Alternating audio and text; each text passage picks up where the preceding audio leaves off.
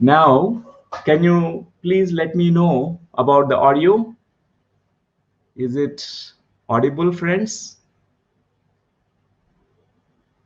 Okay, that's wonderful. You confirmed, Pravina ji. That's wonderful. If audio is clear, then we can go ahead. I'm happy, friends, about this particular session that we are going to have. Every day, we are improving uh, using this technology. Day by day, we are learning to make use of this technology in much more wonderful way. So today also, we are going to have this particular topic that I'm offering. Die before you die. Death is not a full stop. That's our topic. So all every day is for us in India and across the globe in all countries.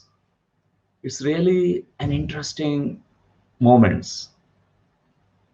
We have been spending in home, staying at home with a lot of time, and really I have never been such a long time living in the home.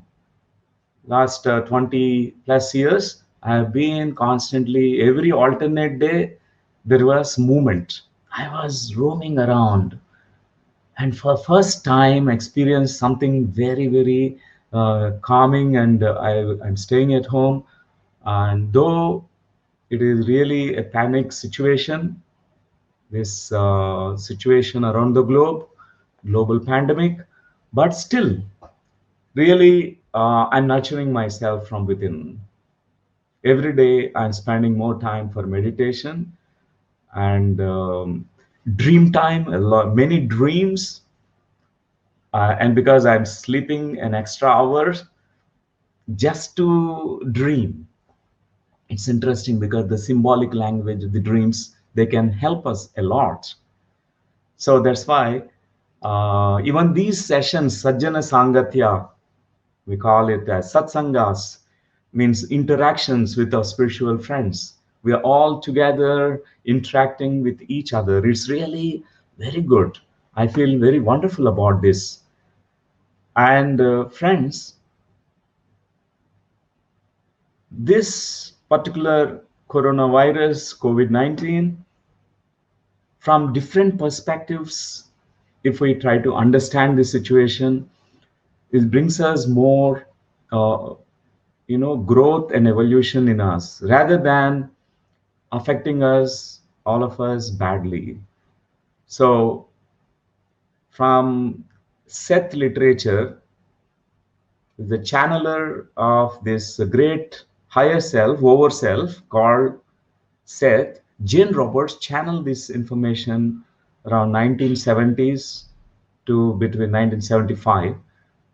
So about the epidemics, what she said is about that these epidemics, there are two important things that's going on collectively in many human beings. One is despair, second is apathy. And Seth, he talked about that epidemic is a global protest. So for more information, you can read the book by Jane Roberts, Nature of Mass Events, how many things are co-created realities because we carry these kinds of thought forms. Many things um, are created in a collective way for our own evolution. So, dear friends, every day I am reading new books. A lot of learning process is happening. So today I want to speak about, share about my views about the death and dying, the art of dying. And this particular topic, die before you die. These are the words from the Sufi master, Jalaluddin Rumi, who talked about this. Before you die, we all die. One day we are going to die, certainly. But before we die, we need to know about this death. We need to die before we die. It's a metaphorical language that Rumi was talking in that language of metaphor. So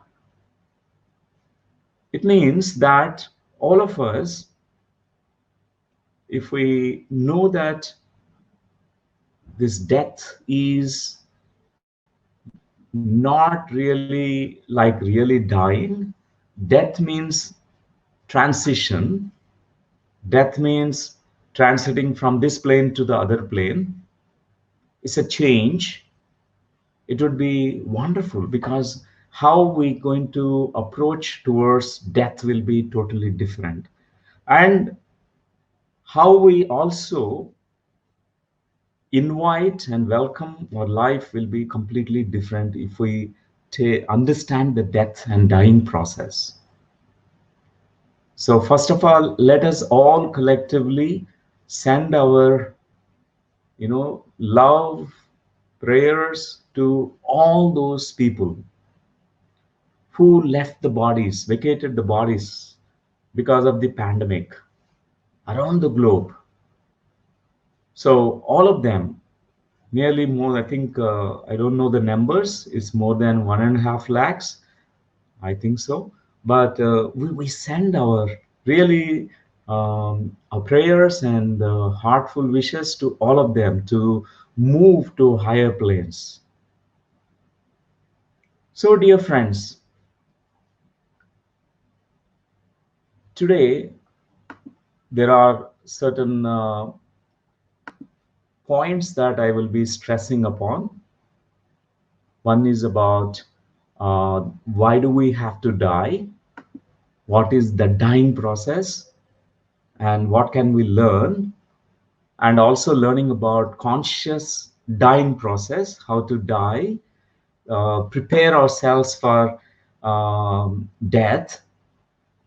So apart from that, I will share some of the ancient wisdom from point of view from Bhagavad Gita, and also from the point of view from Master Jesus Christ, or it is from Sufi masters, because all religions talked about death and dying process, and about every religion, every spiritual tradition also talked about this particular life after death, that there are different planes of consciousness, that we reach to those higher realms after death. So today that is our topic, and I'll be sharing with certain slides also while I share this to you, because through these slides we can understand many things. So dear friends, we can now,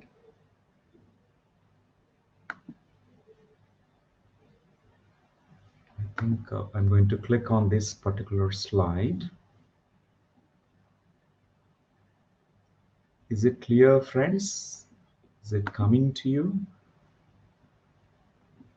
Otherwise, I have to do something here.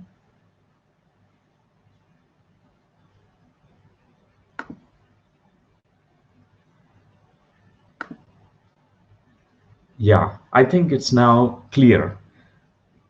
It's clear. I can share these images, certain things. So this particular topic is also my uh, important and my interesting topic. My whole life really revolved around this topic. When I stepped into this path of meditation, this is one of my questions that I had in my mind after reading this book, Jonathan Livingston Seagull, Richard Bach's book. This is the first thing that happened to me, that I want to know about the death and dying process. So, friends, um, so today I'm going to share with you these things. So,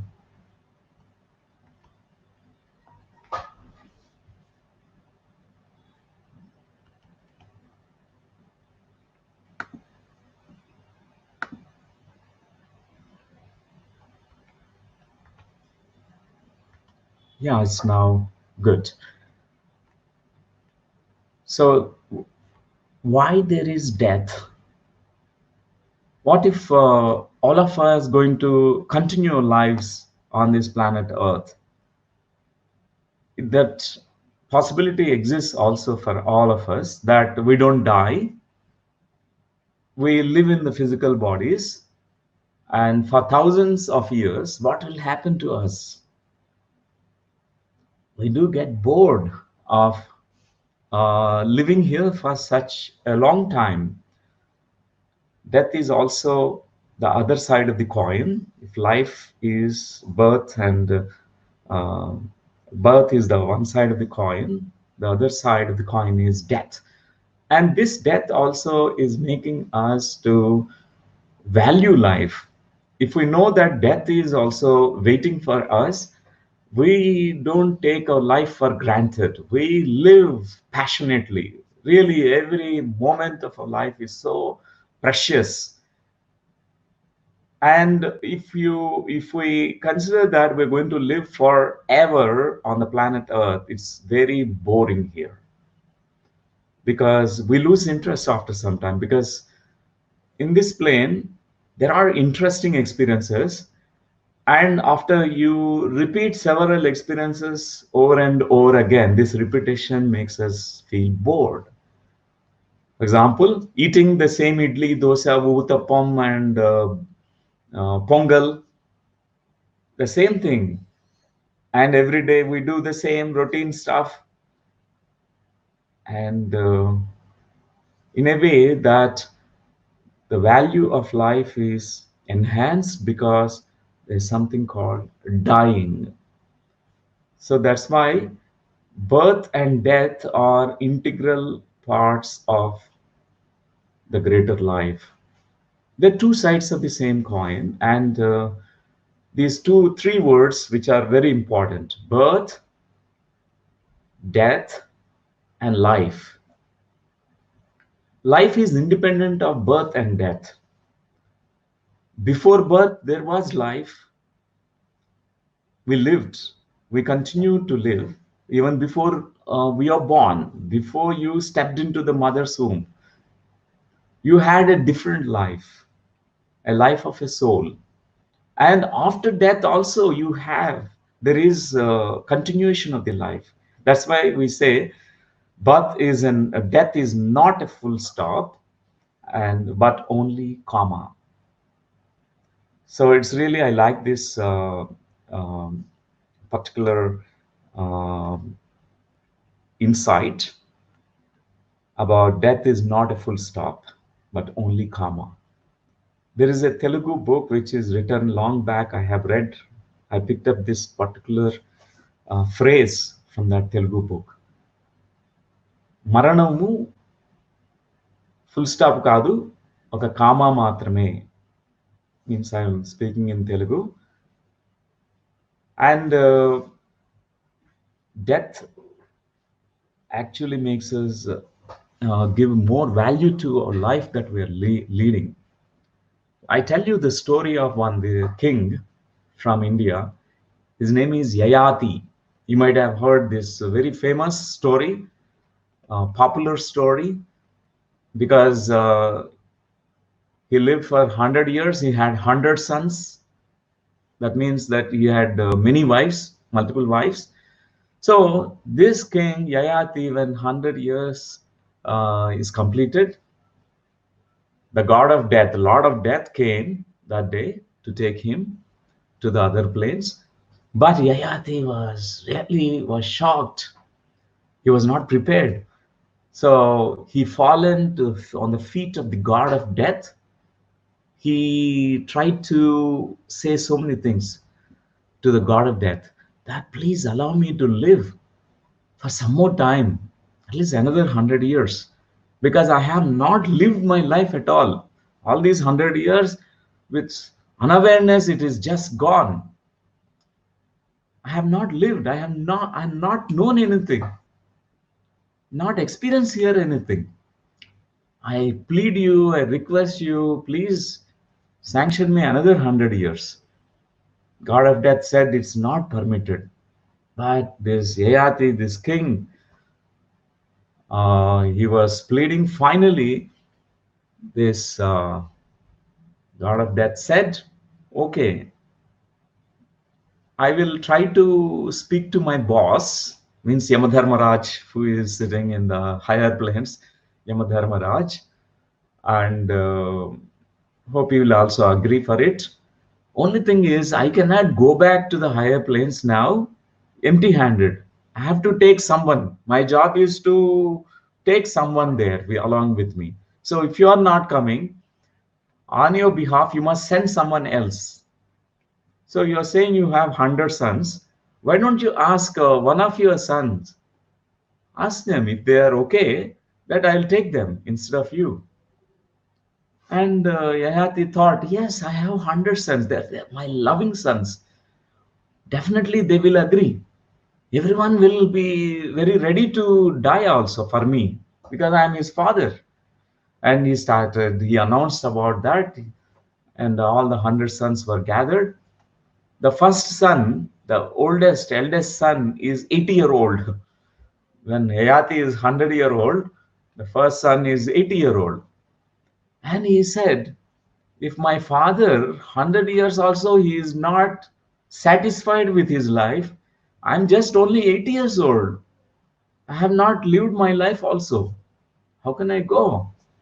So he said, dear father, you also not lived anything, even the same case with me.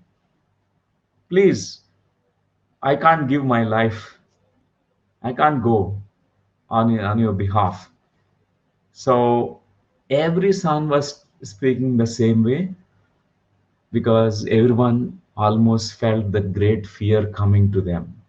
But the last son, the 100th son, the youngest one, he said, dear father, I'm ready to go on your behalf because not because of any other reason, simple reason.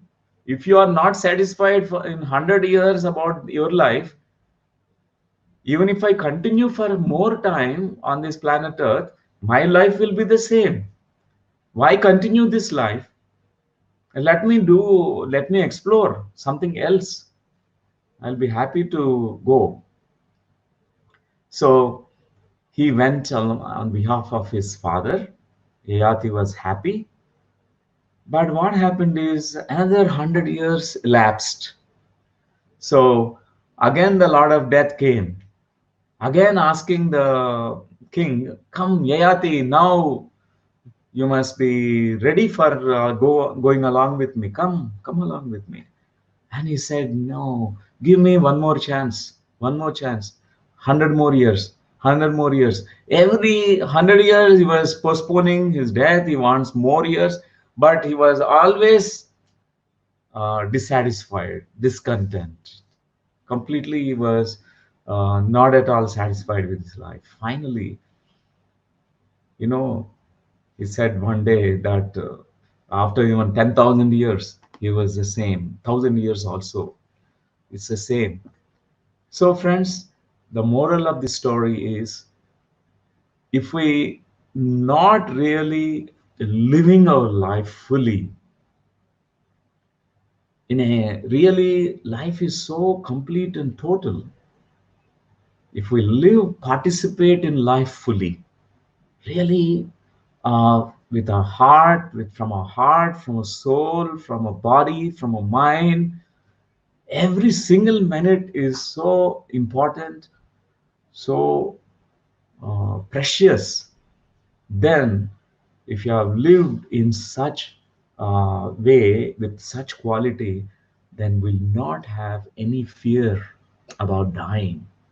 When the death comes, we'll be so contented, so happy to leave this plane, to leave this body.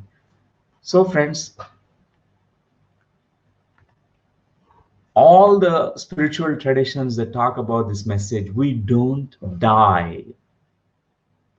If we look at Bhagavad Gita, Lord Krishna was speaking about this through so many slokas. He was giving the message that to Arjuna, to the mankind. Arjuna is just symbolic representation for the whole of mankind. All the people who are ready to learn the greater knowledge about life after death. He said to Arjuna, Asocha nanvasochastvam prajnavadanscha bhashase gatasu nagatasunscha nanusochanti pandita. In second chapter, Sankhya Yoga of Bhagavad Gita, 11th sloka, Lord Krishna was talking about how our unenlightenment, non-enlightened states, it makes us cry, feel sad about dying process, death. We grieve a lot for dying people and those who are dead.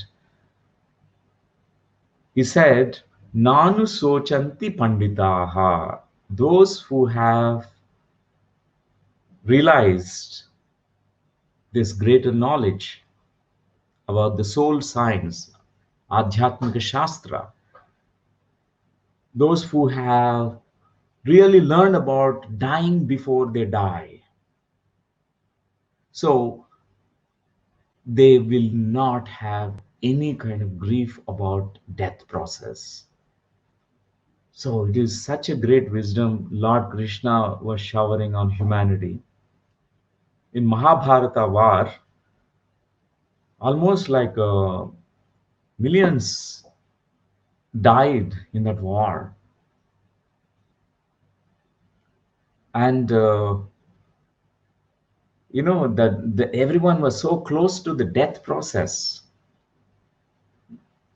The Kauravas and the Pandavas, and there were these soldiers, army, the animals, horses, and the elephants.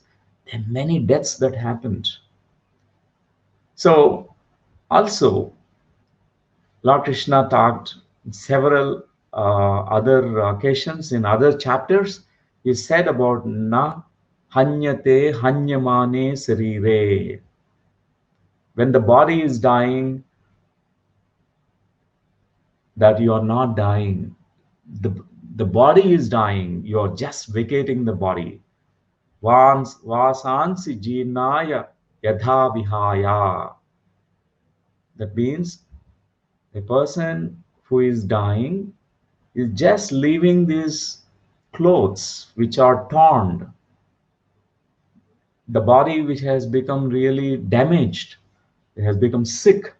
You can't continue life in this body anymore. You discard that dress, that costume, and you go to higher planes and you come back again, wear a new costume. That's what is Lord Krishna is saying.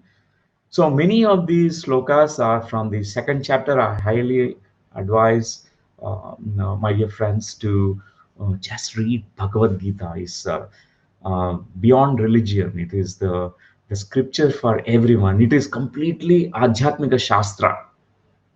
Lord Krishna is a spiritual scientist, and it is a pure science that he was talking about. So Nainam Chandanti Shastrani. That means no weapon can kill, destroy the soul. No water can wet the soul. No fire can uh, annihilate the soul, extinguish the soul. Nothing really can destroy the soul.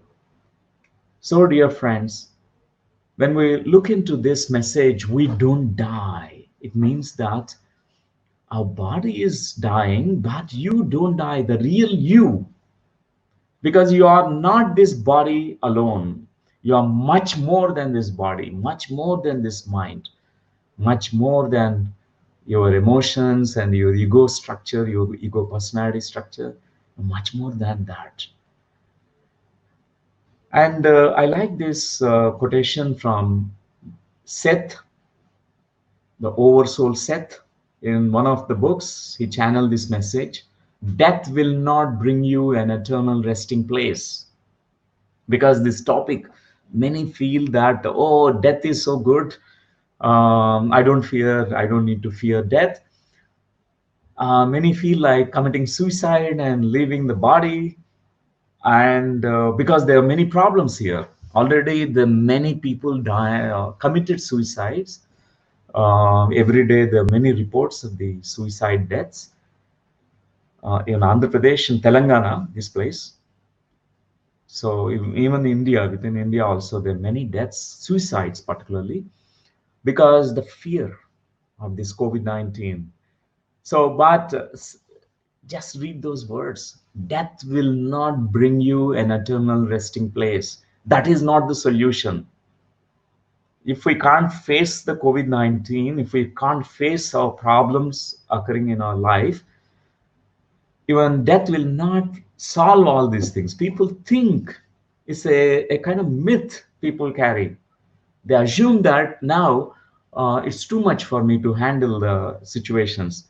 I have my business is collapsed, my relationships are turbulent, I lost everything, and I can't continue life, and I will die. I can end my life so that I'll be at peace.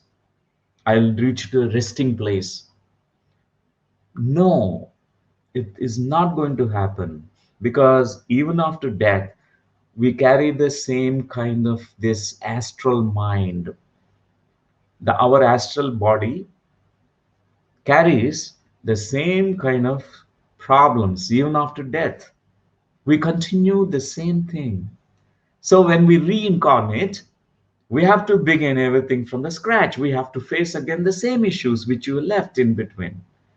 So that's why this topic should not motivate all of us to end our life abruptly, dear friends. The very purpose or objective of this session is to um, make this life more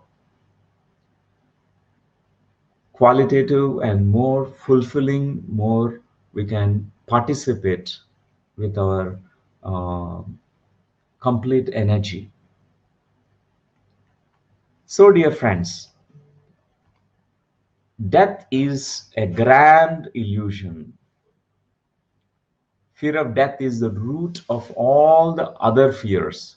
Remember this. So we generally think that death is there. We all have that concept that the body is dying and you are going to vanish. There's nothing that exists beyond death. But we must know this, the greater truth, that death is just an illusion. That means death is only for the body. Many of our fears that we have in day-to-day life is connected to this root fear. Deepest fear at the core is the fear of dying. Fear of death is the biggest of all the fears, dear friends. That's why we must know this. Many of us, we wonder, why do I have this fear of living?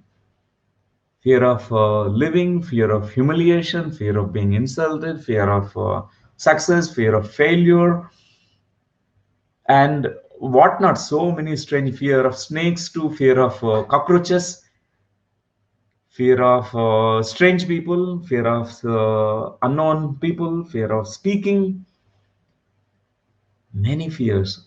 If you go to the deeper layers of these fears, what you find is underneath all these layers, the fears, you find the root fear, the fear of dying. Finally, if the fear is going to make us experience a kind of downfall and we get drowned the pool of emotions and whirlpools of life. What happens finally? If you question yourself, you'll understand that finally we reach to the place of death. Or if nothing, no food, finally I die. If nobody is there in the loneliness, I die. We come to that, the dying process. Death finally comes to us, in front of us. The fear of death is the root of every other fear. So friends, in India, we keep hearing these words, Maya. Now it is known around the globe about this word, Maya. Maya, and the second word is Yama, Yamadharmaraj. So these words are really very interesting words from Sanskrit.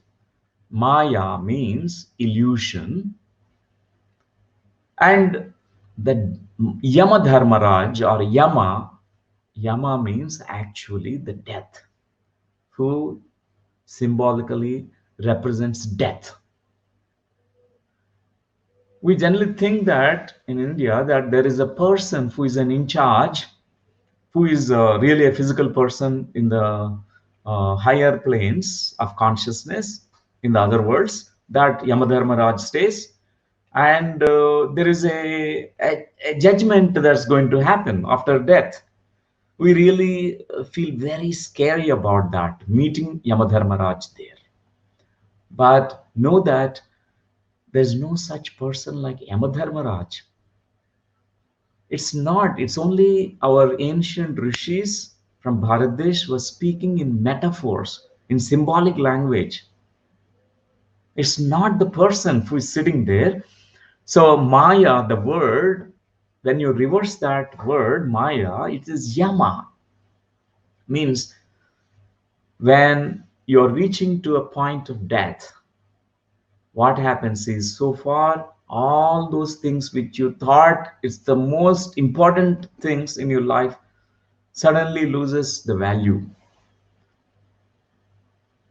When the death is approaching, death is coming to you, that moment you forget about your money, wealth, gold, relationships. You don't really bother about any kind of these small trivial things that you give so much value in life.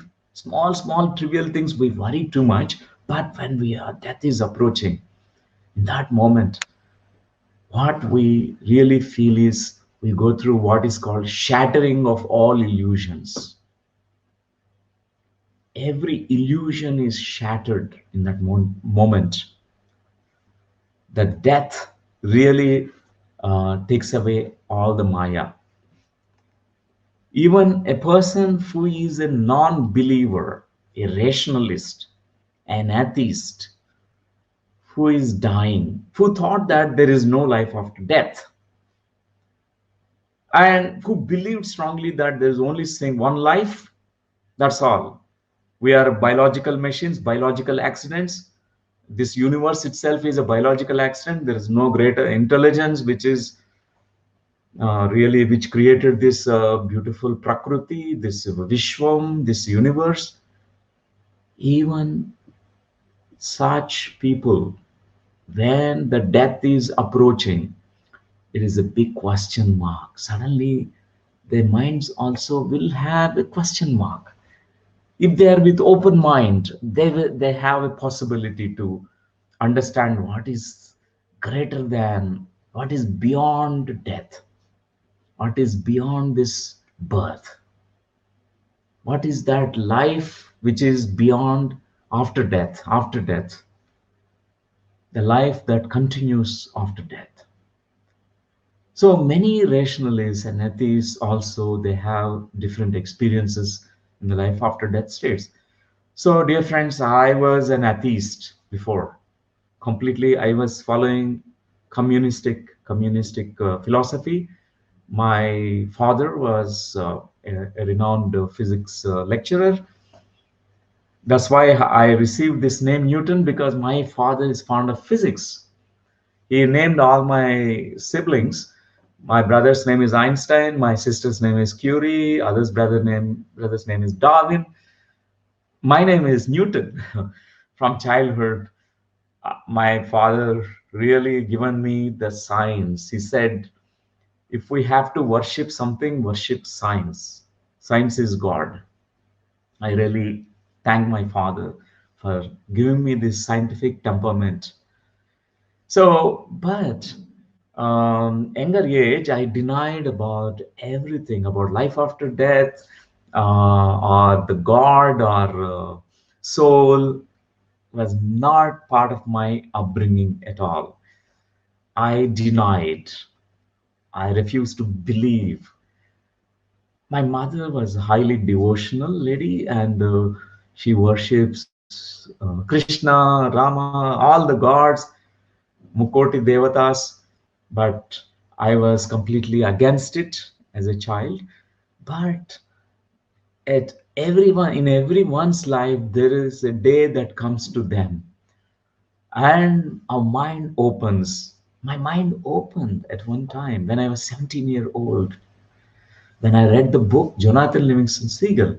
After that, when I come across my teacher, my guru of meditation, he said only one single thing, simple thing. He said, I know all the answers, but I will not give you any answer.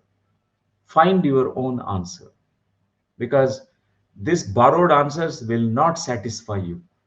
I teach you the way how to get these answers from in your own from your own soul, your own consciousness. Be like a scientist, he said about this. He said, carry your scientific temperament.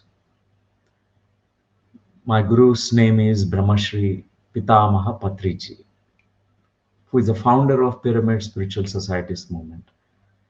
He said, practice Anapana Sati meditation, Buddha's method of breath awareness. You will find your own answers. And he said, come back to me after 40 days. In these 40 days, every day practice 3 hours of meditation. And he said specifically 3 hours.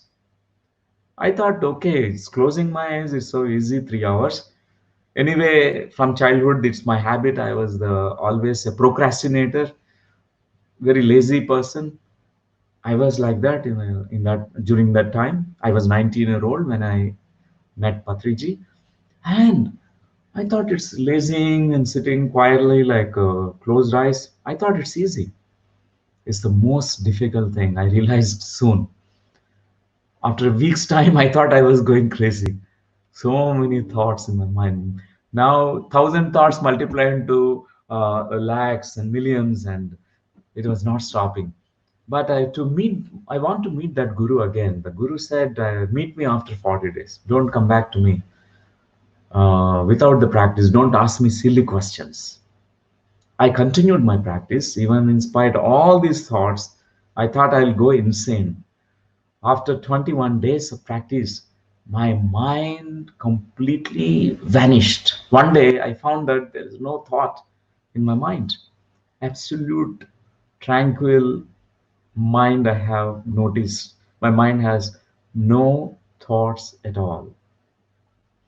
By the time 40th day is reached, I found the key how to switch off this linear mind, the mind which constantly is going into the past or projecting into the future. In that no thought state, no mind state, I started really enjoying my life. My mind became very open, and I started getting many of these spiritual experiences. My first spiritual experience is out of body experience, astral travel experience. Because I was never a believer of this, one day I was meditating, I came out of my body. I could see myself from outside. I thought it's my hallucination. In the medical textbooks, I was third year student at the time, medical student. So it's written that in psychiatric book, any out of body experience is called a sign of symptom of schizophrenia. I was worried. Am I becoming this lunatic? is schizophrenic? Am I going to end up into some psychiatric problem? So I have to investigate into this because it's my personal experience at that time. I thought I have to now investigate into this. In that outer body state, I said I will visit my friend's room. I'm going to see what my friend is doing in this outer body state.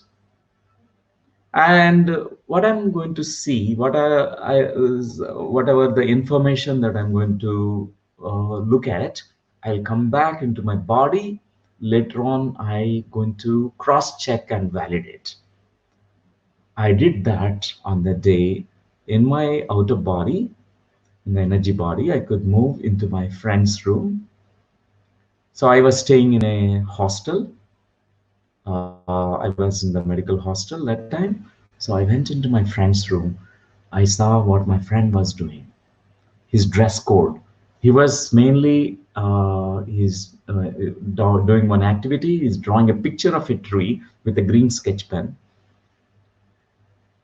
And I thought this is good. This information I can validate. I came back into my body. This time I went into his room in my physical Jagruta Avastha in waking state and knocked on his door. I asked him, "So, what are you doing, my dear friend?"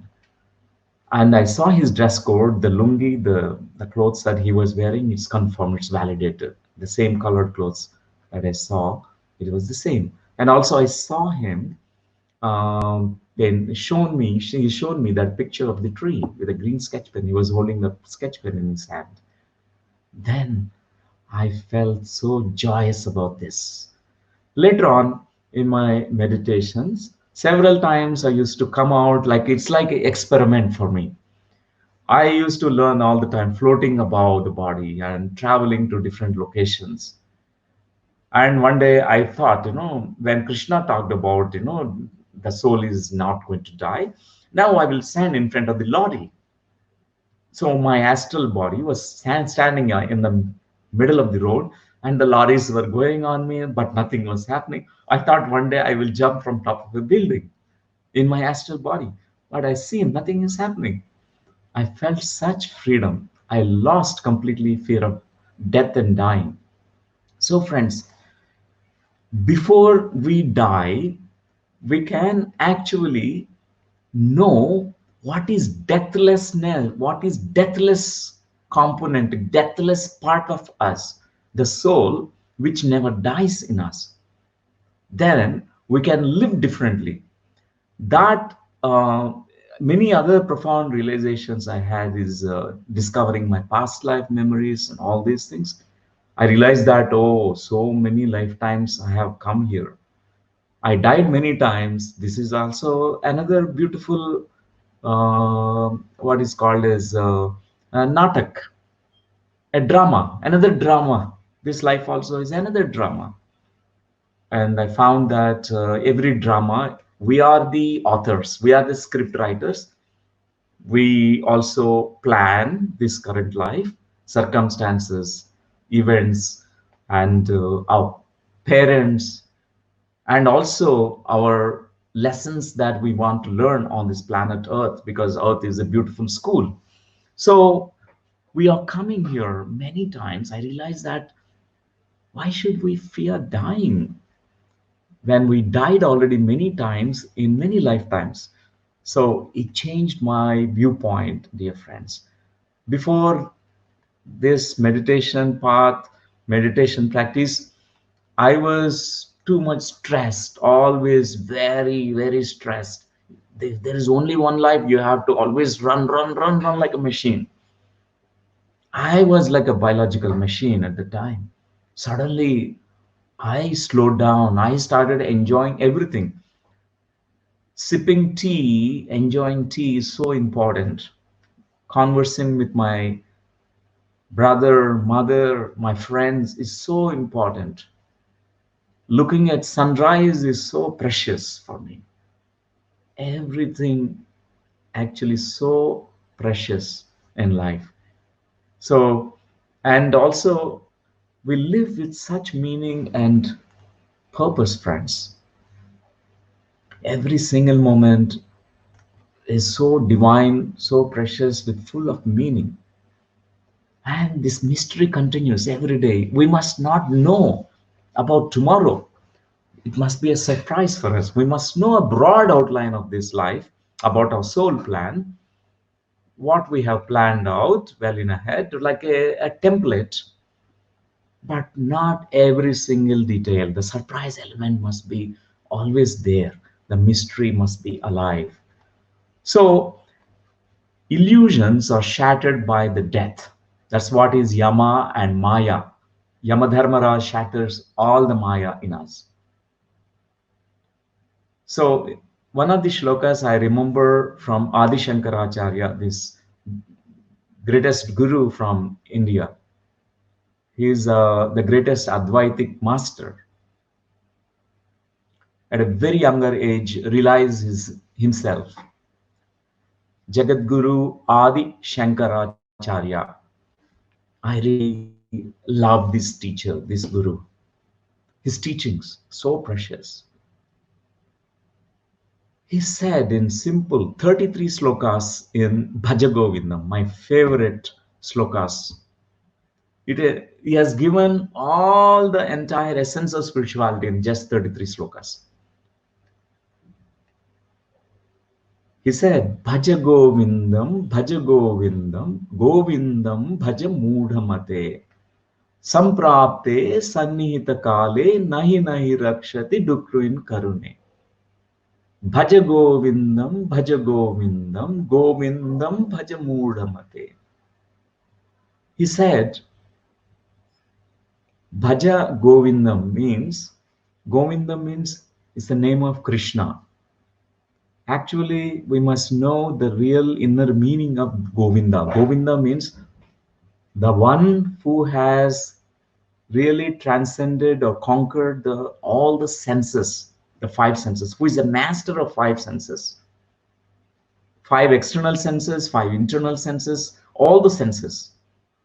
He's a master. He is called Govinda. Bhaja Govinda means it is not the repetition of the name, but it is the remembrance of who you are. That means knowing yourself. Your soul is called Govinda. Your soul is actually beyond the senses. Your soul is beyond the body and mind. Actually, your soul is the master. Your soul is called God, living in this body called temple body. And your senses, your mind, your emotions, it's all tools for you to live this planet on this planet Earth, to live your life. It's a tool. So, dear friends, Bhaja Govinda means remember, constantly remember who you really are. Constantly remember. It's like chant, it's like mananam. Repeat, remember every moment through your sincere practice. If you remember who you are, then he talked about the rest of the things. He said, Satsangatve Nisangatvam. Not this one. Samprapte Sannihita Kale Nahi Nahi Rakshati Dukruin Karune. Samprapte Sannihita Kale means when your time is ending, you're coming to your last moments of your life. That's called Sannihita Kale. That moment you will be shaken. You will be in a kind of earthquake. You'll be shaking. You'll be shocked because you have not come to know about yourself. You don't know about what happens after death. You are so scared. Samprapte sanyata kale nahi nahi rakshati dukruin karune. He's saying that nothing can save you in that moment. Nothing can save you. Nothing can make you fearless in that moment. If you don't know yourself before you die, before you approach the last moments of life, dear friends, is such profound realization that shared by Adi Shankaracharya. So important this one is. So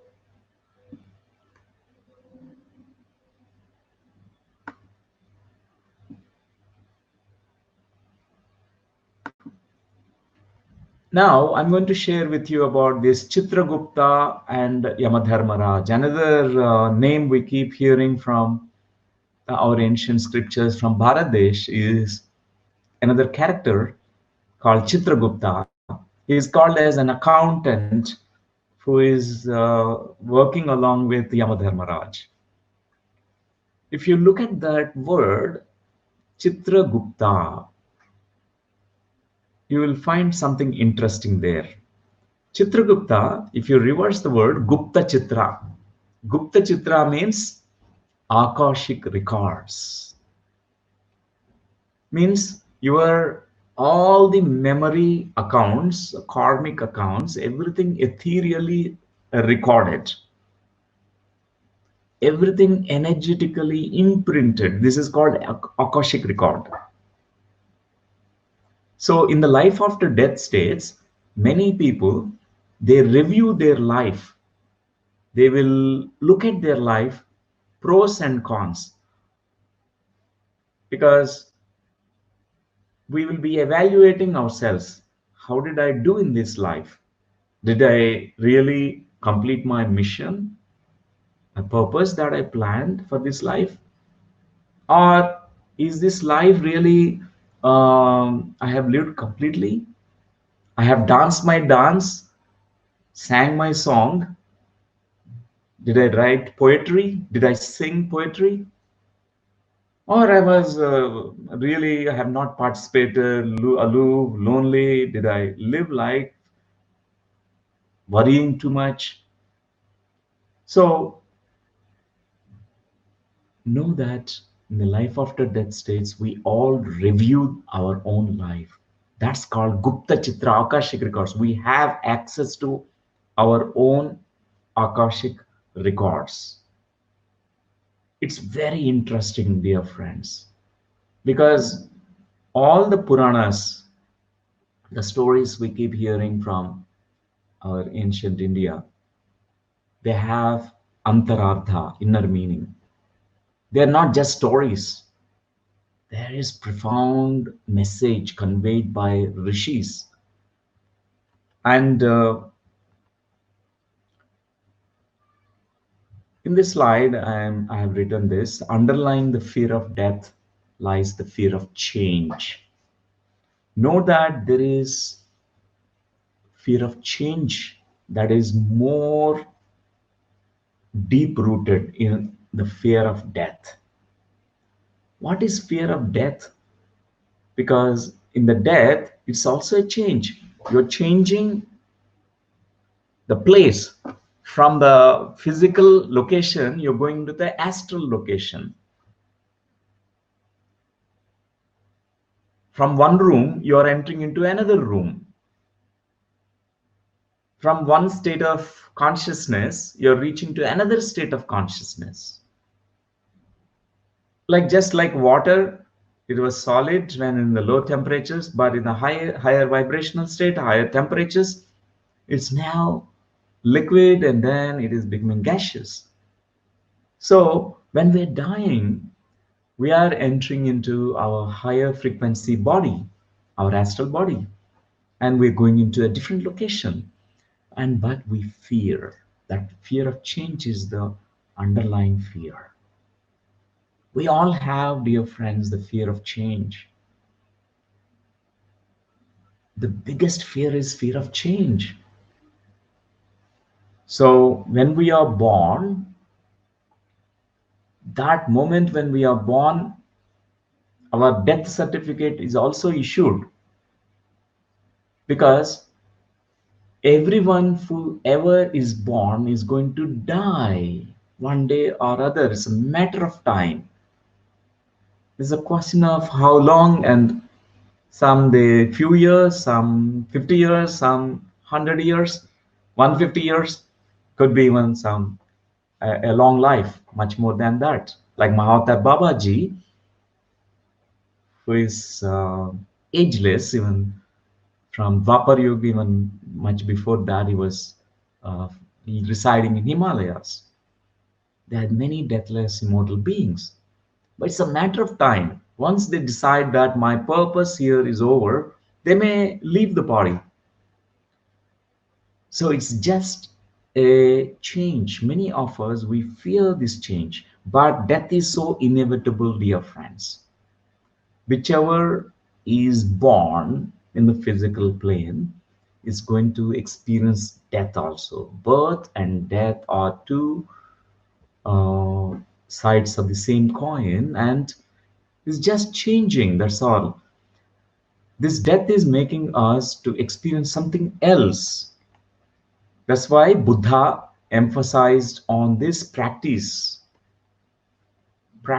of this deep insight that we gain in meditation, acceptance of every change.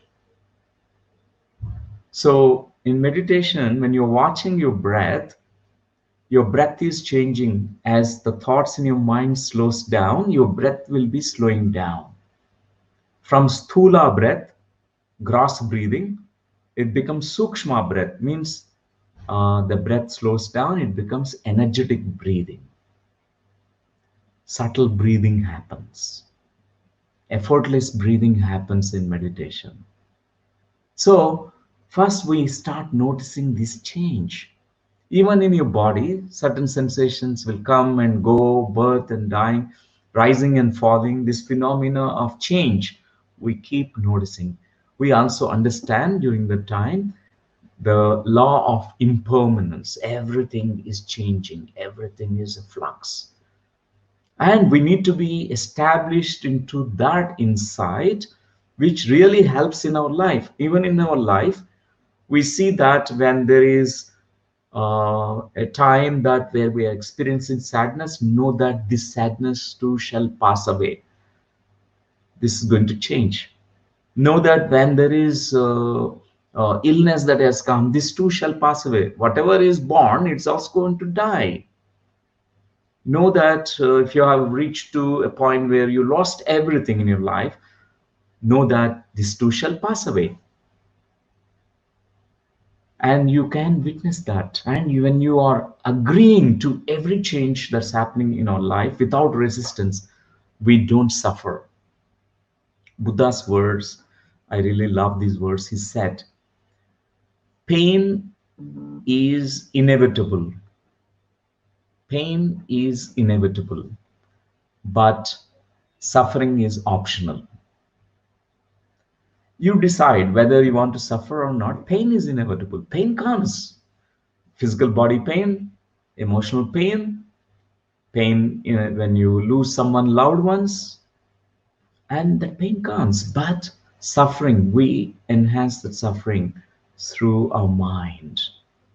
If we know that all changes are okay, because that's the nature of the reality. In this physical reality, everything changes. Nothing is going to be static. It's a dynamic phenomena. Then suddenly all this suffering vanishes. We'll be okay with it, every change. One day the death comes, dying, we have to go through this dying process, and even that change is also transition, also is fine. We agree to it. So dear friends, for those who seek to understand the process, dying becomes not only an art to be perfected, but the most exciting human adventure of all. The most exciting human adventure, it seems. So that's why spiritual science is called the science which is teaching us about beyond death, the knowledge about beyond death.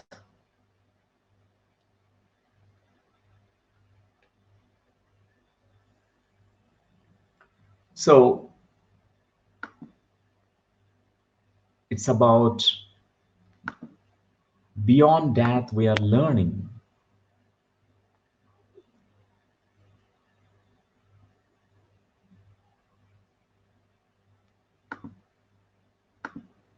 And dear friends, there is a slight, I think, problem with the transmission. That's why I'm setting it up.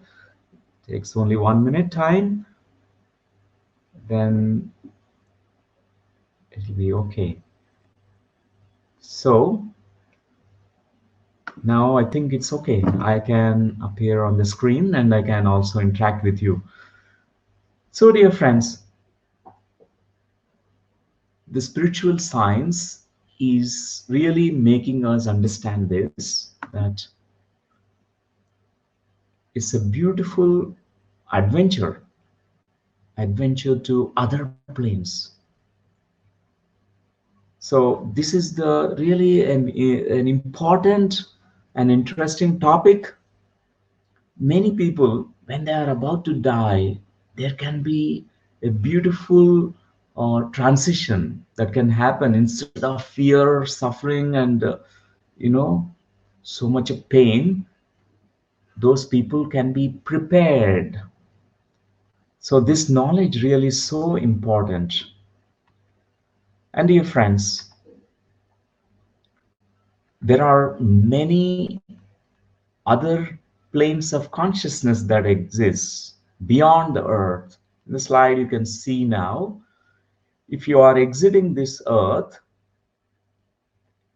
there are certain planes that you enter into. They're called as astral planes. So some of them here you can see in this picture, this slide, that lower astral plane, middle astral plane, and upper astral plane, there are like different frequencies. They are like different energetic dimensional realms. So according to our own vibrations, we will be reaching to those planes. So in the, for example, in the lower astral planes, they are called as hells.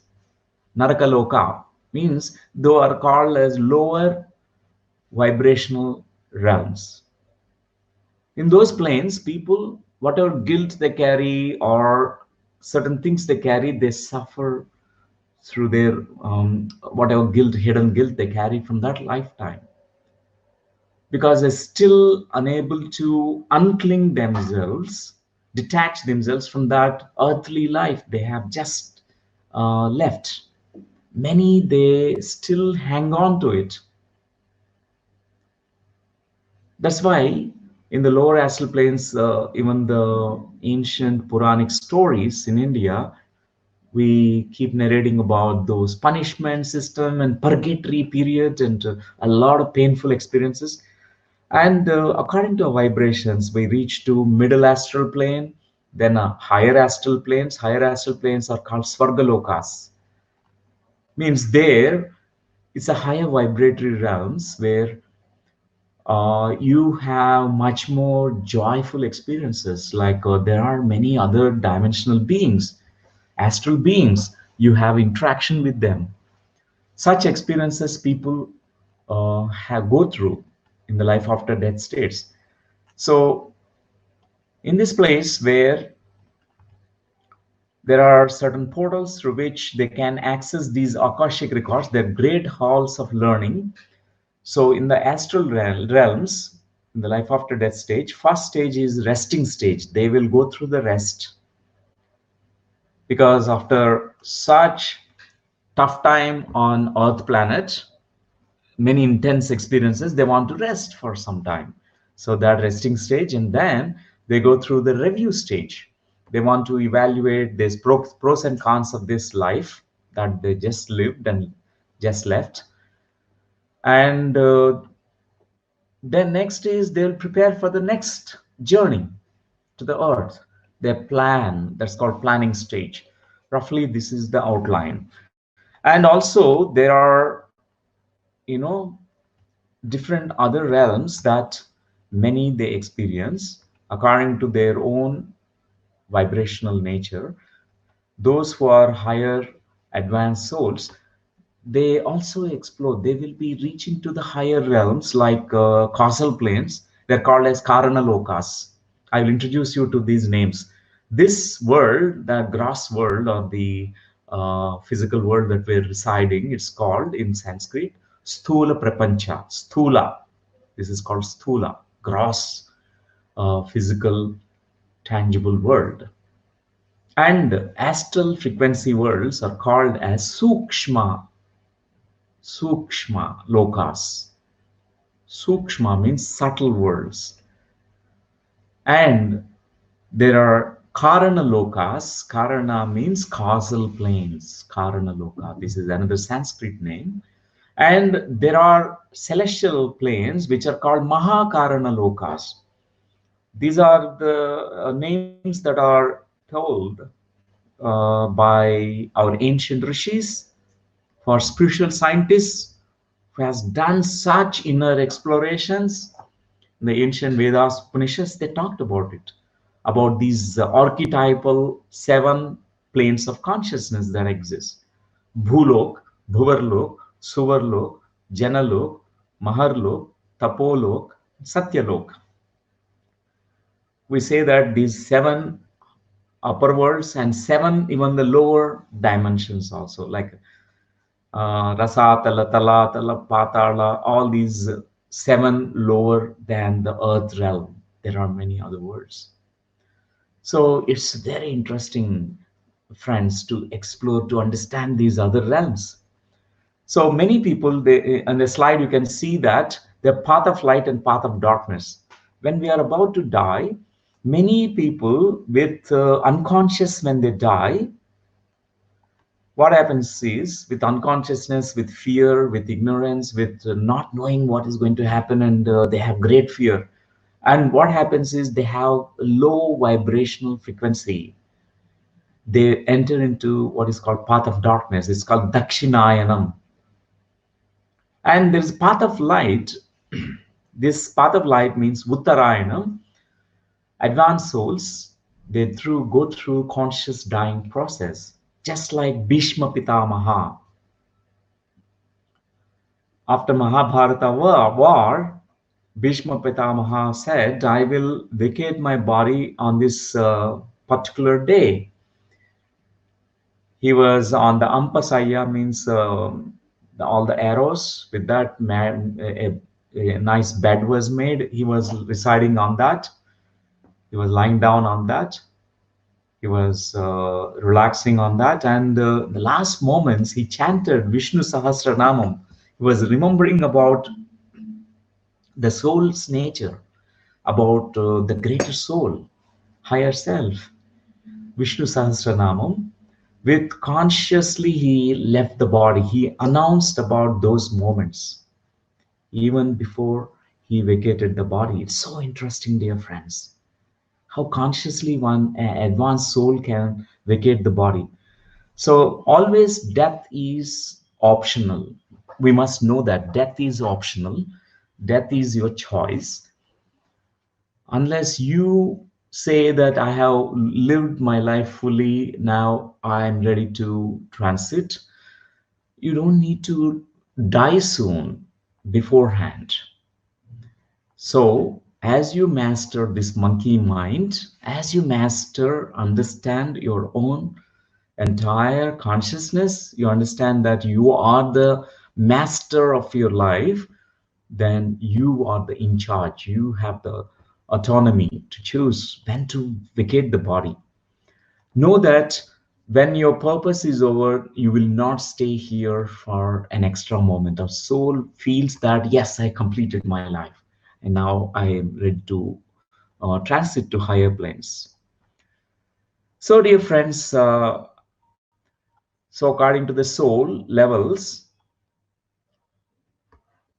our experiences of the life after death will be different. For example, they're beginner souls, they're intermediate souls, they're advanced souls. There are different experiences the soul encounters after they leave the body. So generally, beginner souls means they're more of earthbound. means they don't know that they've forgotten, they don't know about higher nature of their consciousness in the soul. That's why they think that there's only one life, there is no life after death. They have tremendous fear. They encounter such certain difficulties in the life after death. And intermediate souls, a smooth transition they can achieve. Advanced souls, they have fun while they're leaving the body. They smile, they dance, they just, it's like tata and bye bye, goodbye to this life. And graciously they depart this world. Something very, very beautiful for advanced souls. So, how everyone can have smooth transition to other realms? Because it is possible for everyone, dear friends. It's not for only few people, but we can acquire this knowledge and translate this knowledge into a certain experience through practice of meditation. Then that experience of your own consciousness makes you have the smooth transition into other realms. It's possible. Know that it is possible. So when we are leaving the body, for example, like a spark, our soul is like a light with the kanti deha, means it has a light body. Our gross body, it has no light. Once we vacate the body, this gross body is going to blend, merge into all this, whatever this earth elements, five elements of nature, dust unto dust, prithvi tattva, jala tattva, agni tattva, vayu tattva, space, akash tattva. Our physical body is decomposed. Whether we going to cremate the body, whether we bury the body, it doesn't matter. Our physical body just mingles into five elements of nature. But your second body, it's called etheric body, pranamaya kosha, it stays for some time because it has what is called as prana. It stored the prana because if you're a meditator, you have a lot of prana. So that prana stays for some time. It's said that roughly around 12 to 13 days. That's why we do all those rituals in India that for at least 12 to 13 days, there are certain kinds of shraddha rites, death rites conducted in India. So these 12 to 13 days, this etheric body also slowly disintegrates and it mingles into the universal cosmic energy. But those who are advanced souls, they have high energy. Their etheric body stays for such a long time. For example, if you visit a tomb of a saint, any saint, for example, Shirdi Sai Baba, if you go to Shirdi, you can feel the vibrations of that master because his etheric body is still there. And he also, Shirdi Sai Baba said, I'll be there as this omniscient, omnipresent, omnipotent consciousness, all pervading consciousness. I will be guiding you from my tomb. That's what he said. And his energy is supporting many people. If you go to any tomb, any kind of graveyard of these masters, many Sufi fakirs, I have a habit of this. Always I visit and meditate in those places where the masters, samadhis, we call them as samadhi place. So like Master Arabindo in Pondicherry, or I visited so many places. Gorakhnath, one master by name Gorakhnath, his tomb is there. If you go to this place, I think it's in Madhya Pradesh. What is that place? I've forgotten. If someone remembers the place where Gorakhnath Baba's his samadhi is there, can let me know through the comment box. And when I meditated there, really such vibrations. He was considered as a Sufi master also. That's why even beyond religion, whether someone is a Christian or a Muslim or Hindu, they all visit that graveyard, the Samadhi place, and they meditate, they offer their flowers and incense sticks and all that. It's really wonderful. So many of these advanced souls, when they leave the body, they also their etheric body supports those uh, who are the living ones. They just left the body. The soul went to the higher planes, but the energy body supports many of these people. Vibrations of Buddha is still there. We always find these relics of Buddha, which was distributed throughout the globe, like Sri Lanka has certain things, and even in India, in many places, the relics of Buddha was kept preserved. It supports definitely those who are meditators. So in the life after death states, after these two bodies are decomposed, means they mingle, now your Sukshma Sarira, it leaves the body. We go to what is called as the astral plane. There is a kind of gateway experience many people go through. It is called meeting the guide. Our guides, we meet them there. We have guides. They like a how if someone is entering through an arch, there are security guards. They will first check your visa, passport, and it's like a borders. They have to verify who you are and why you're coming there. So they will check. That's what many people, even my own research through past life regressions and life between life regression therapy, that that's the findings that I'm sharing with you. These are the findings. Meeting the guide in this gateway, and then after that, the soul goes through orientation chamber. They evaluate. They have what is called review process. After that, they're going to experience what is called as meeting the soul group. It's fun, friends, to go to meet our soul group. Do you know that you have soulmates? You have not only one soulmate, many soulmates. It's like how we treat in a particular classroom. We call all the students who are sharing the same classroom, we call them classmates. A bunch of souls who belong to the same soul pod. They are known as soul group. All of them are soulmates. We have approximately 144 to 1,44,000 soulmates. Means some soul groups are very smaller number. They have very small groups, the limited number. Some are very, very expanded groups are there. So meeting the soul group is really fun. We must know this. And there are going to be a lot of interactions, a lot of fun happens there. And it's like cheering up your soul group members who some people they don't reincarnate. They're still there. They're the cheer group. They will be looking from there and clapping for you whenever you are really living your purpose and really excelling in your life. And they prompt you sometimes intuitively. They send you messages. It's fun to meet them in our life after death states. And another stage is after that is called meeting the council of elders.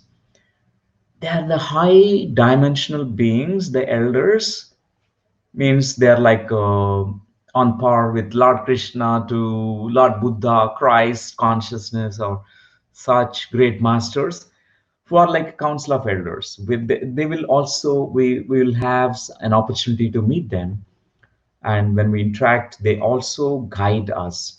They review our. They have an access to all the lifetimes. For example, you lived 400 lifetimes. They know that your map, your graph of life, is it graph is like irregular, is it like nice progressive, you're evolving through all the multiple experiences of many lifetimes.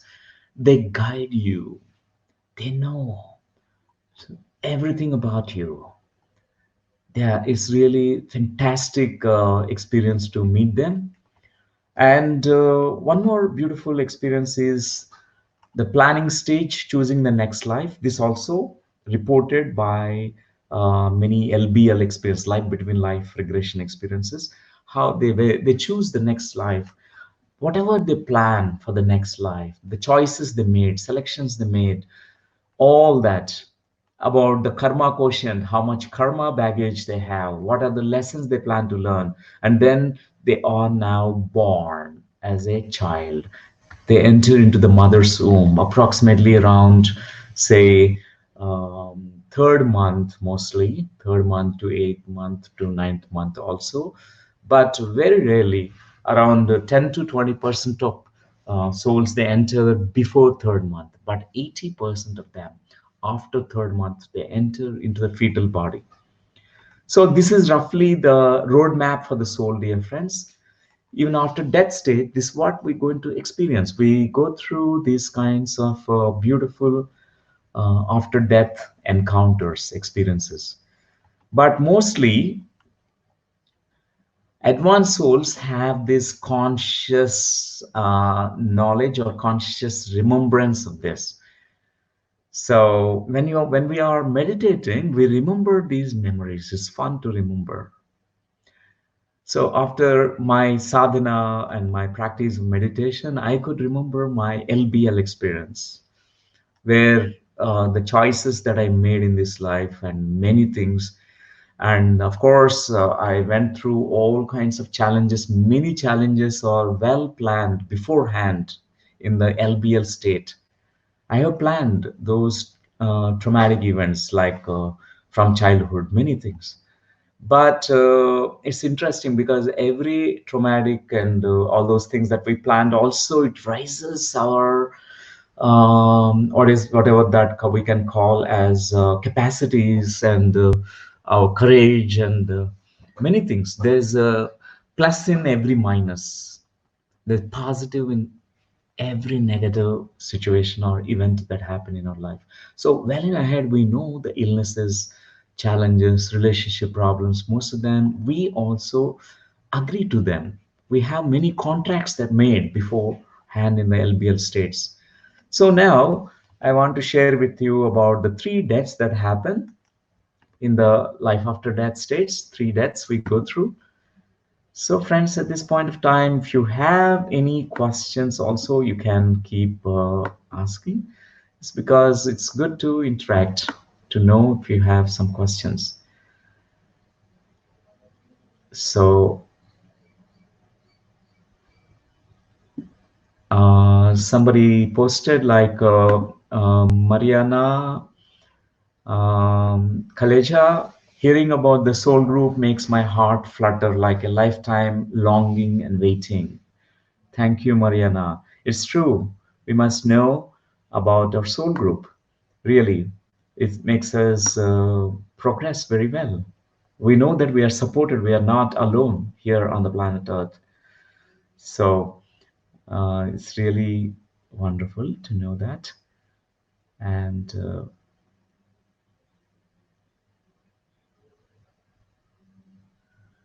dear friends, I'm going to tell you about these three deaths that happen. Not one death. We have three deaths, but only an advanced soul who has a conscious, nature, conscious of consciousness, who is awakened one, who goes through, who understands this, the life after death, that three deaths. It's really very interesting to know this knowledge. And the first physical death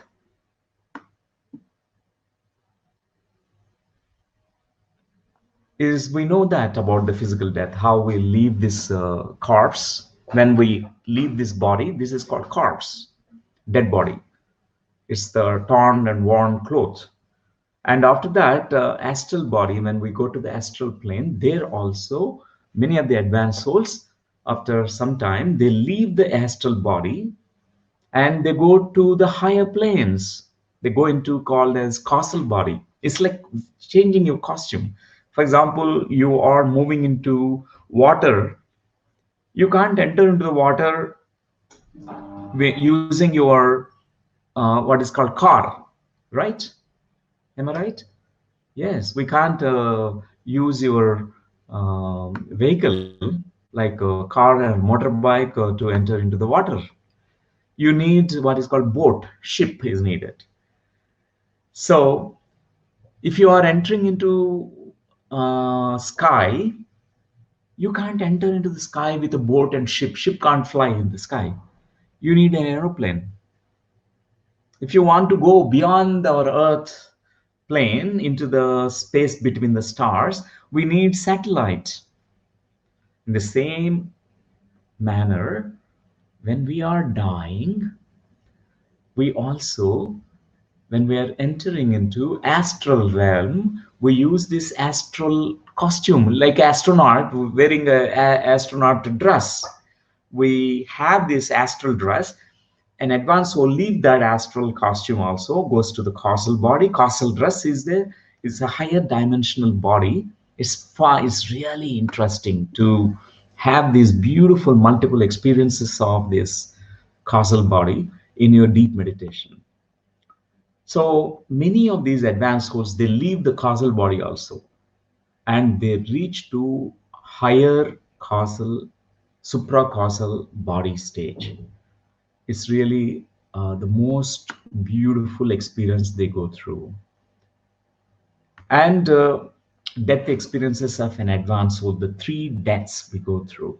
We must know this, dear friends. So, last thoughts that determine our next life is what I want to share with all of you. So, here there's a beautiful sharing by one of our Sangha member, Anil Balotia ji, sharing something interesting here. Let me click on that and it can appear on the screen. So in physical life, we pick up the vibration of our soul group. So Anil Balotia ji is sharing this. Means we feel that we have known this person before, or we feel that there is some unknown harmonious connection for a long time. One don't feel that meeting that person for first time. So does it mean they are yes, they're part of the soul group? Yes, Anil Balotia ji, we know many of the people here. When we meet them again, we have strong resonance with that being that you're meeting here. So an instant connection. You have very deep understanding about each other, as if they are like buddies from a long time. So it's interesting. Thank you for asking this question and sharing about it. And there's one more thing we can take, we can understand.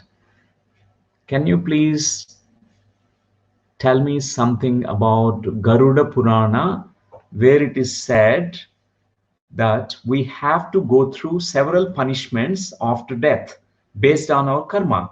This concept has created a lot of fear in me when I was a child.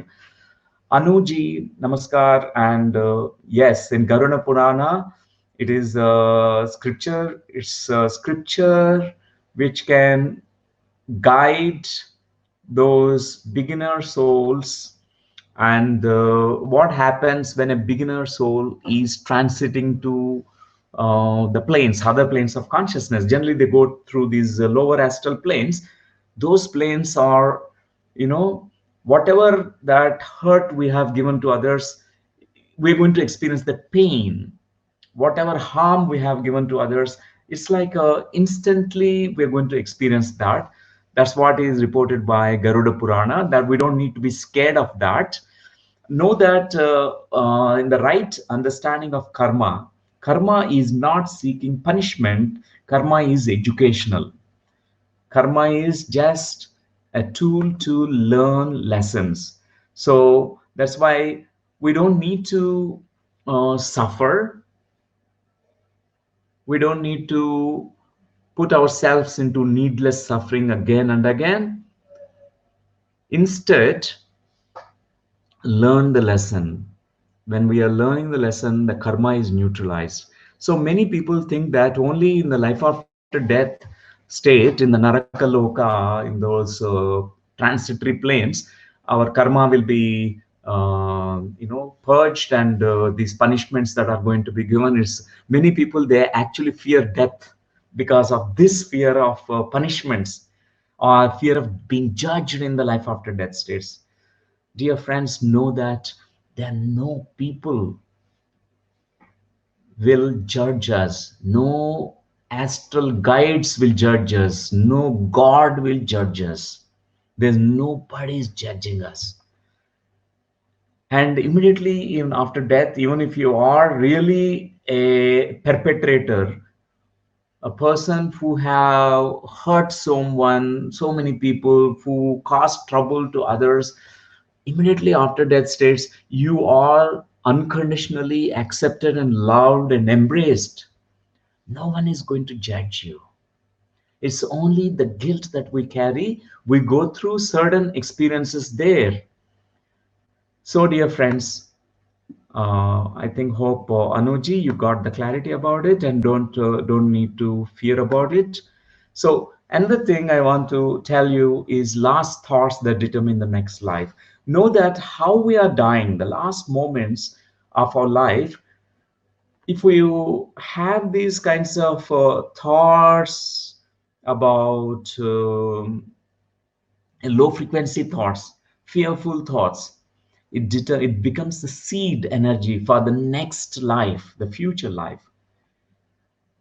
There's a story about Jada, this master who was living in his ashram, but he has really fallen attraction and love with a deer which has come into the ashram, and he used to take care of this deer very dearly. And one day the deer has escaped from the ashram, moved far away, and he was searching for the deer for years and years. Finally, he left the body, and the last thoughts were about the deer. This deer he could not find in that life, and he reincarnated as this deer. So, and but this deer was very wise and always carried the conscious awareness about the knowledge that he gained in the past life. That's why he used to always attend the discourses of the great rishis, masters in the ashrams. Were always interested to go there to the ashrams. So it's interesting to know this. So, friends, it's so important. The last thoughts are so important. That's why the art of living, how we give so much value, importance to art of living this life, but the art of dying is so important. We must know about art of dying. So, dear friends, to validate all this what we are sharing, there's a beautiful research conducted around the globe, many countries, independent researchers, medical scientists, even many spiritual scientists conducted this research called near death experience phenomena. People who have died temporarily, who left the body, and for a few minutes to few hours to few days, who came back again into the body, who reported common experiences. There's a common theme in near death experiences. First time this was popularized around the globe by this master, who is also a doctor, Dr. Raymond Moody, a medical doctor who was working in cardiology unit. And he observed people who died, who were clinically dead, not just um, absent vital signs, but those who are clinically dead means doctors certified them as dead.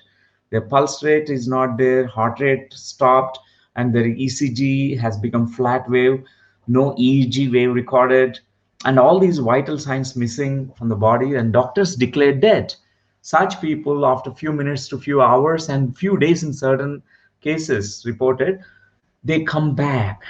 So such cases he interviewed. He has published his first book about this, life after life. After that, the many sequel books written about near death experiences. It is telling us about the life which continues even after you vacate the body. And they are the people, champions, who had experienced near death experiences, who had come back and who shared this profound experience. I had an opportunity to meet 1,100 people in India, and because we were doing a kind of research and also conducting a kind of episodes for a TV channel called Pragya channel. So around from 100 people who are interviewed, around 50 people were selected, and we did episodes. In that episodes, I conducted a regression process, exactly making them to go to that time when they left the body. For example, one instance, one person from Chennai, he died with cardiac arrest. Doctors declared him dead, and even the relatives, they are preparing for his now cremation and death rites, and they are called all the people, relatives, to come to the home. And what happened is, after I think 30 minutes or so, he was revived. He came back. When he came back, he was upset, he was angry because he had shared this experience with us. He went to the higher planes. In that higher planes, Sai Baba was there, and he was very happy with him. There was a communication with his guide, but his guide said, now go back, you have some tasks to fulfill. And he showed the future snapshots, future visions, what he has to do. But he was refusing to go back. But Sai Baba has to kick him.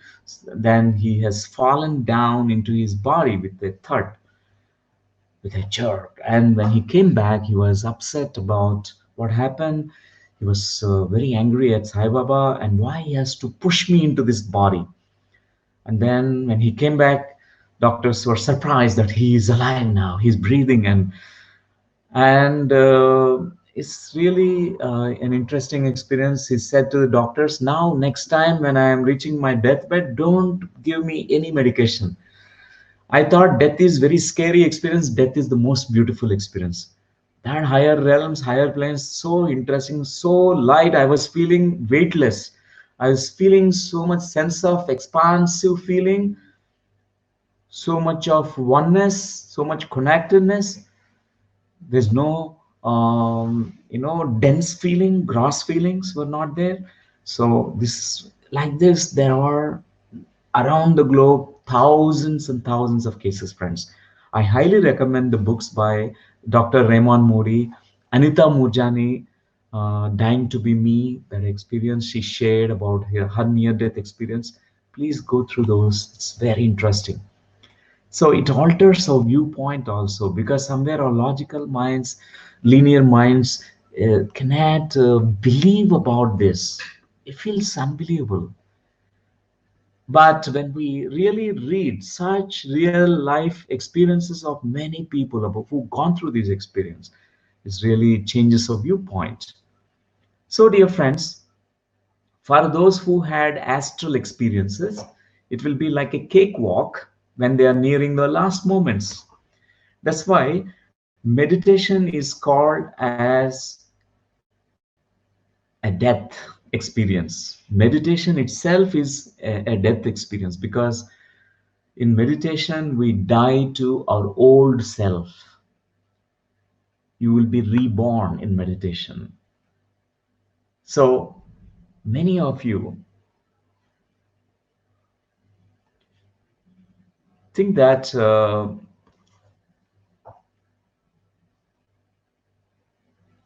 how can I prepare myself when my death moments are coming?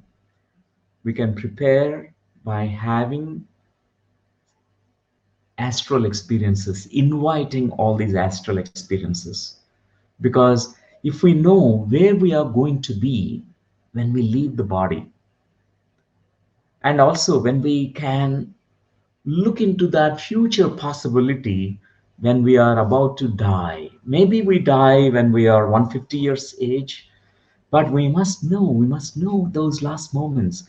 And after death states, those realms that we're going to reach, because it's all accessible, friends. Only thing is our vibrational frequency needs to be raised through meditation practice. I had my own experience of my last moments of this current life. I know how I'm going to leave my body,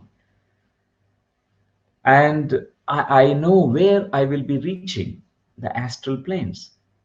My grandmother, when she left the body, I was grieving. She was very dear to me. I read Bhagavad Gita, but it did not help. But I thought, let me meditate. So that moment when I was meditating, my grandmother's soul, she came and communicated with me. I could see her. My grandmother died when she was around 82 years age, and she was looking like 40-year-old woman with a western outfit. I never saw her that way, and with bobbed hair. She was with long hair, like a typical Indian woman, but I saw her with completely different. She was so joyful, and she said, "Why, my dear grandson, why are you sad about me? I am watching over you." And I asked her, I miss you, because I was reared by my grandmother. And when I was a child, I was sent to my grandmother. I thought she was my mother. She was mothering me. So it was such a deep connection with her. So at that moment, I asked her, "Where are you living?" She said, "I will show you where my residence now is." She took me to that astral planes where she was residing. She is learning dance, she is learning singing. She's like pop star. She's planning to come back reincarnated as a pop star. She's going to sing and dance next life. That's why it's a lot, many rehearsals is happening there. It's very interesting. So my grief completely gone at that moment. Whenever I feel like missing feeling comes to me, I sit in meditation, I visit her. And in many dreams, my grandmother and I shared dream communications. She always is my guide. In the childhood, I watched a Telugu movie. In that movie, it's interesting that that child, the grandson, loses the grandmother.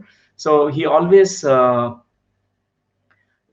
receives the guidance from the grandmother about in this current life events. So I received, dear friends, it's not just a movie that's taken, it's real experience of me.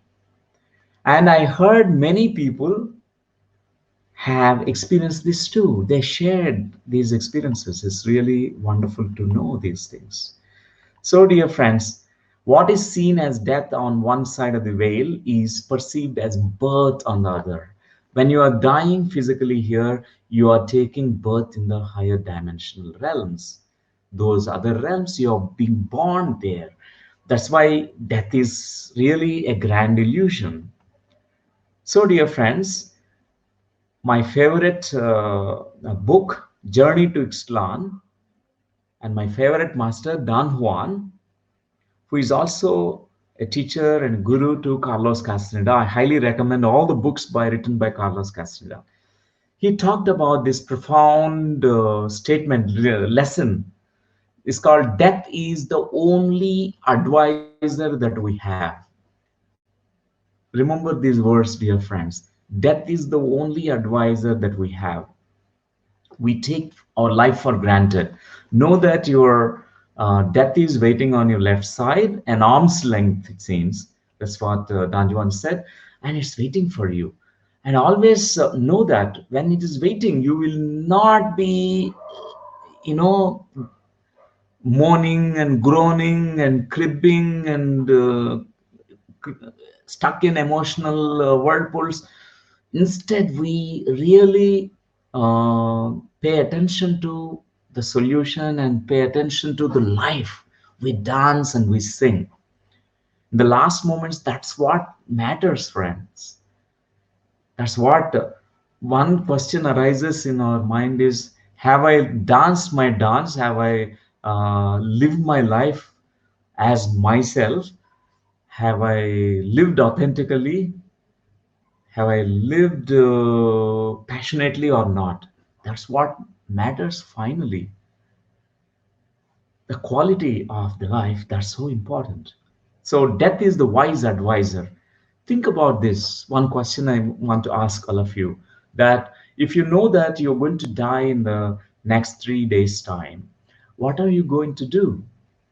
We are going to, our priorities will be totally different. Those 3 days will be equivalent to 30 years of your life, because you will live intensely those 3 days.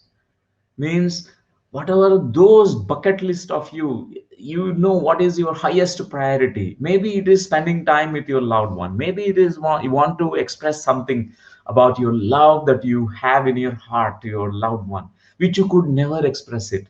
Maybe you want to forgive someone before you die. So maybe it is eating an ice cream, could be meditation. Maybe highest priority could be meditation. I want to leave this body consciously through my higher energy centers, through my Agya chakra and Sahasrara chakra, Sahasrara center. This is a higher dying process. Many saints and rishis, they know this technology in India, that they used to leave the body consciously in meditation. They die consciously. When everyone is witnessing, they know exactly the time, hour, minutes, seconds also.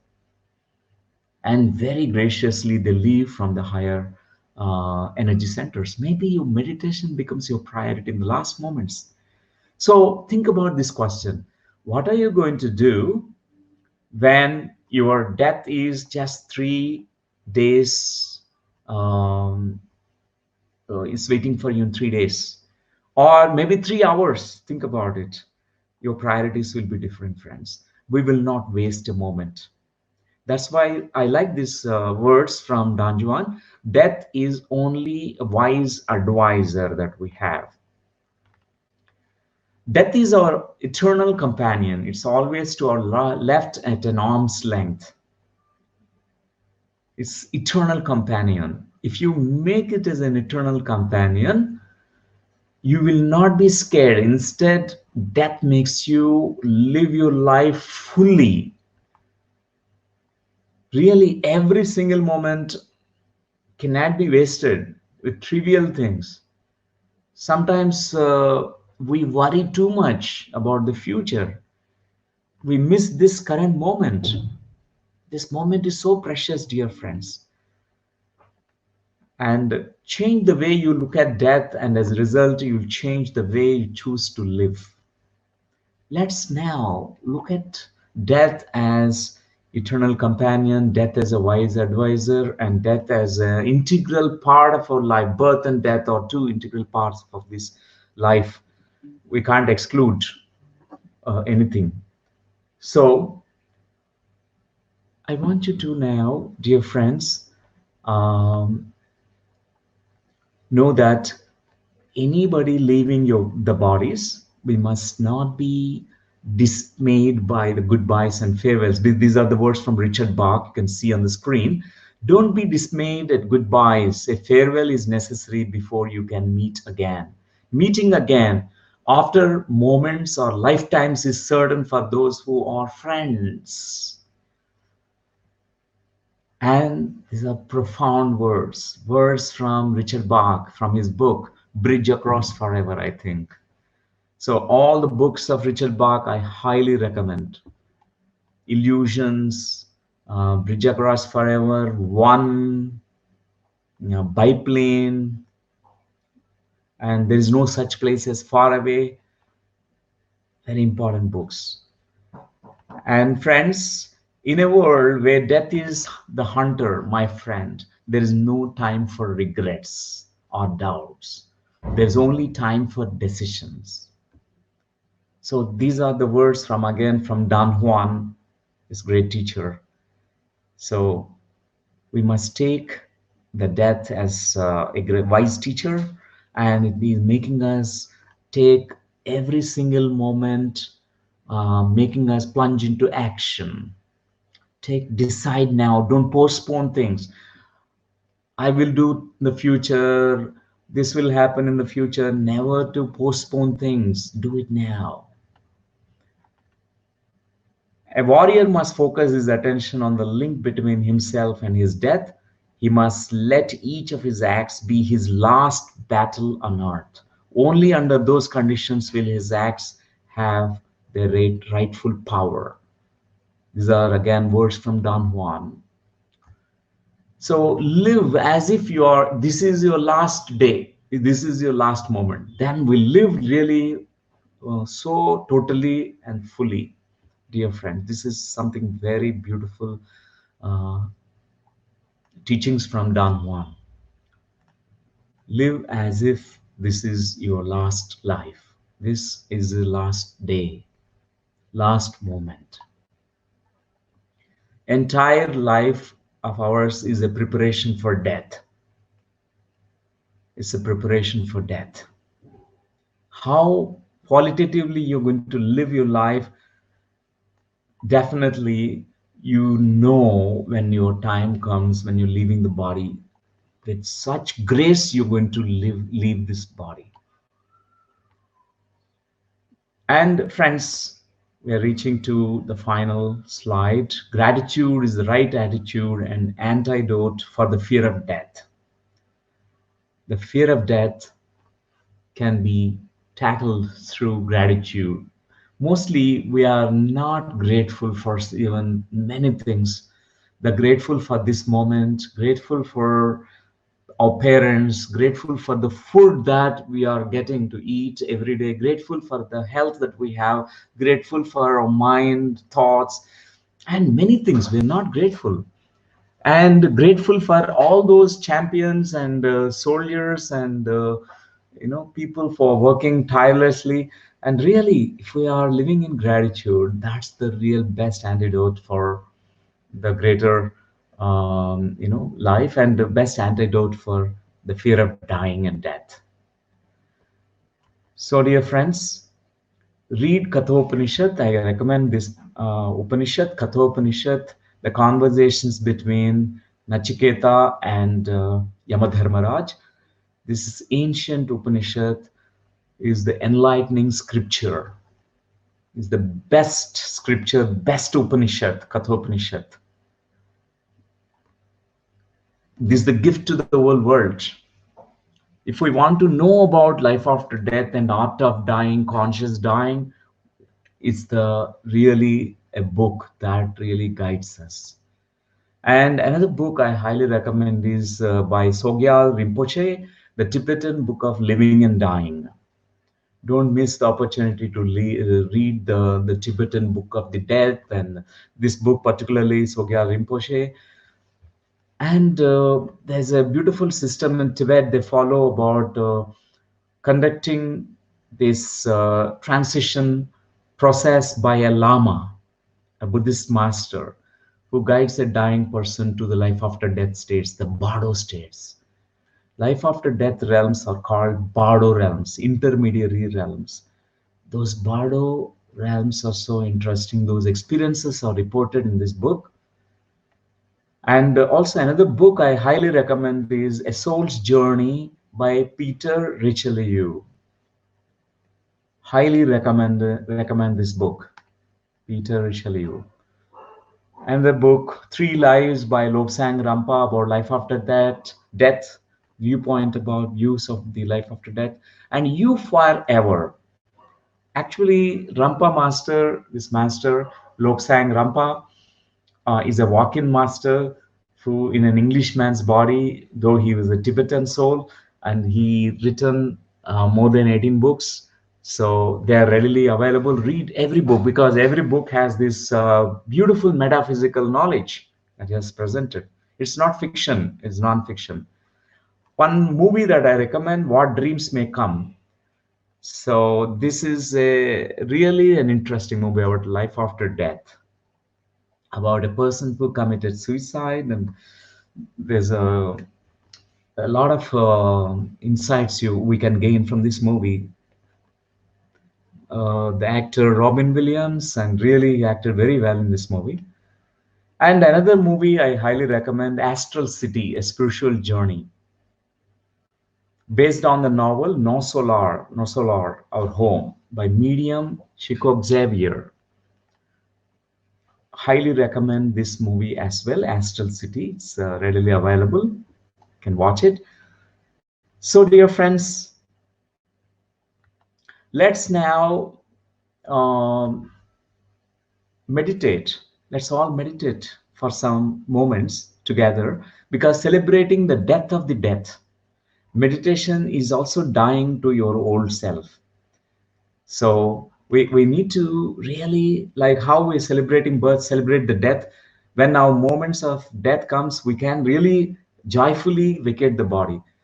But we approach death as something very natural process. So meditation is dying to our old self. Let's now sit comfortably, dear friends, for some time. Let's close our eyes. It's really good to meditate together.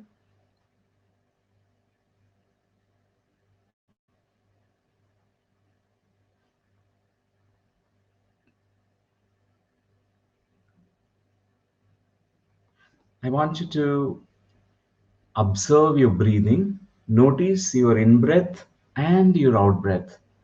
Your normal, natural breathing process need to be observed.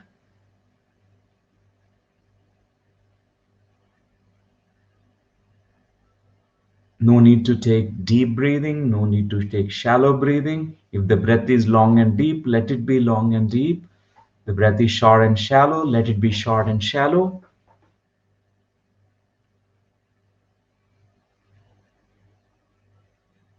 So be in that state of mind where the mind is completely becoming empty from all the routine thoughts, habitual thoughts.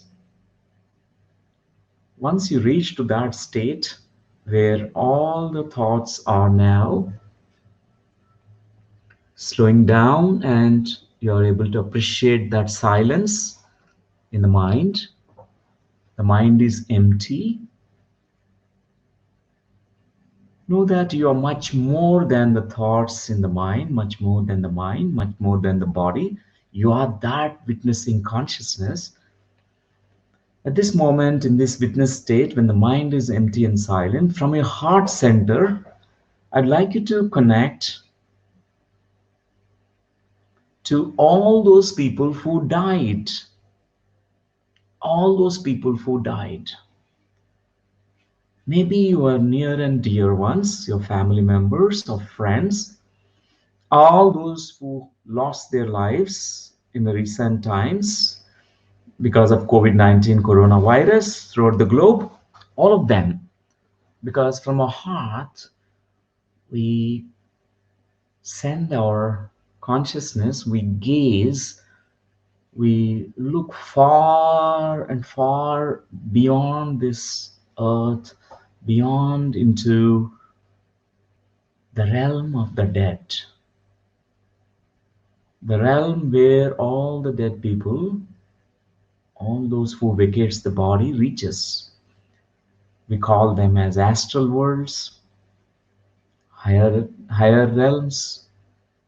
We tune into that plane, and in our heart we carry this inner image of all those people who are dead, who passed away in the past. Could be recent past, could be distant past, all of them, including your grandmother, grandfather.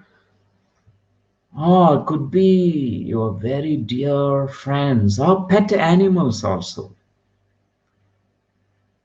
Connect to their energy bodies, their consciousness there.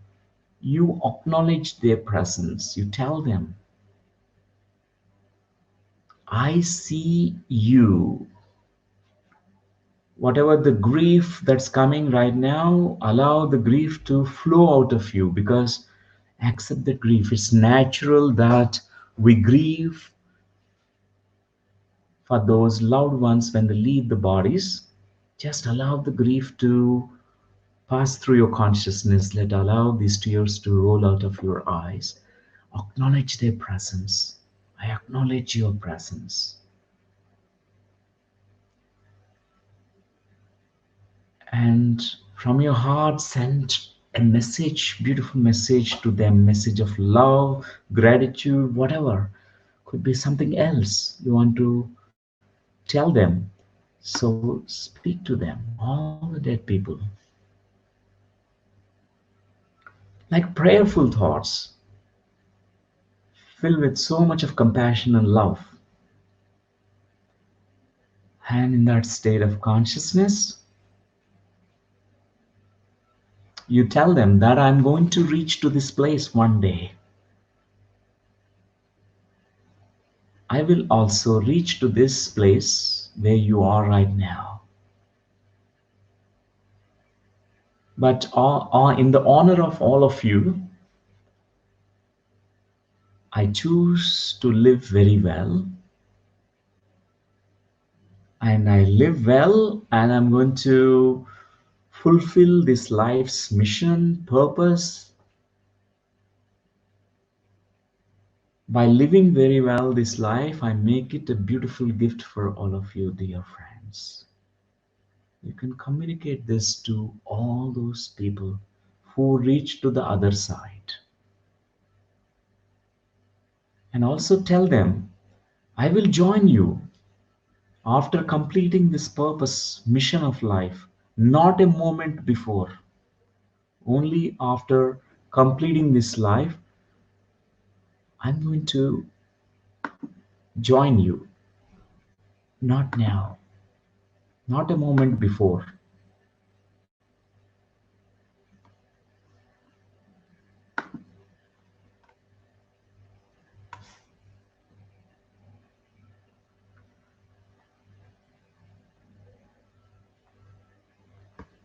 And at this moment,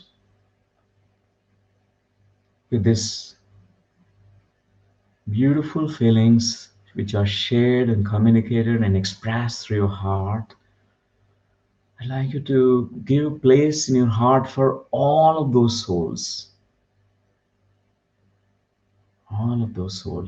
including everyone, even past generations, many generations back.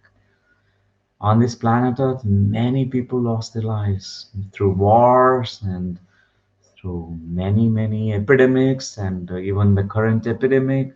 So, giving place in our heart for all of them. At this moment, with this thankfulness and gratitude, I'd like you to slowly and slowly return back to your own body and focus on your breathing. At this moment, pay attention to the insights that you can gain, insights that your own consciousness can give you, which can illuminate your mind about the art of dying and conscious dying and the life after death, or the life which is going to continue after death. Any insight that comes to you, you welcome those insights, these deep insights. Dear friends, just stay in this deep silence, deep stillness. Know that you are safe in this physical universe. There's a mission, there's a purpose for you. At this moment, you can say to yourself also that I'm going to live in this body and complete the life's purpose and mission. I'm going to live, participate in this life fully as conscious being. Know that you are the master of your own life. You have the spiritual autonomy. You are the decision maker of your life. Everything about your life is sculpted, shaped by you, your own self.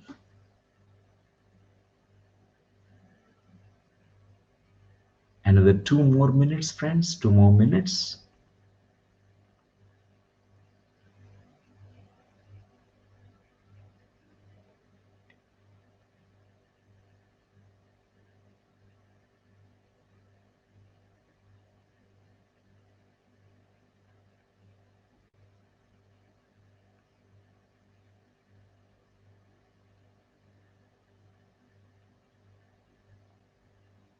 One more minute, dear friends. Just pay attention to all those insights that you can gain.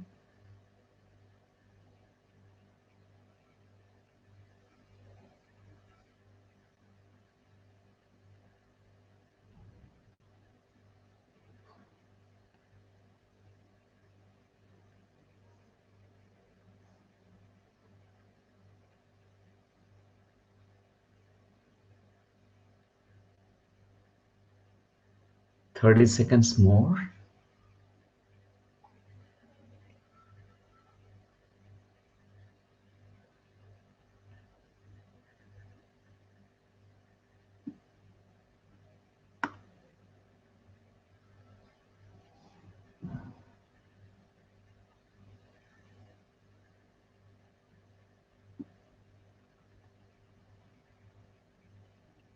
Okay, my dear friends, whenever you are ready, placing your hands on your eyes with these beautiful insights, you can slowly return to the waking consciousness.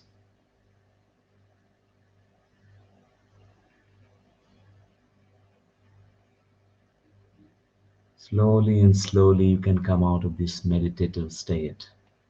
Come back to your waking state. Welcome back, my dear friends. With a beautiful smile, you can open your eyes. That's wonderful. Today, we really had a beautiful interaction, dear friends. I'm happy about it.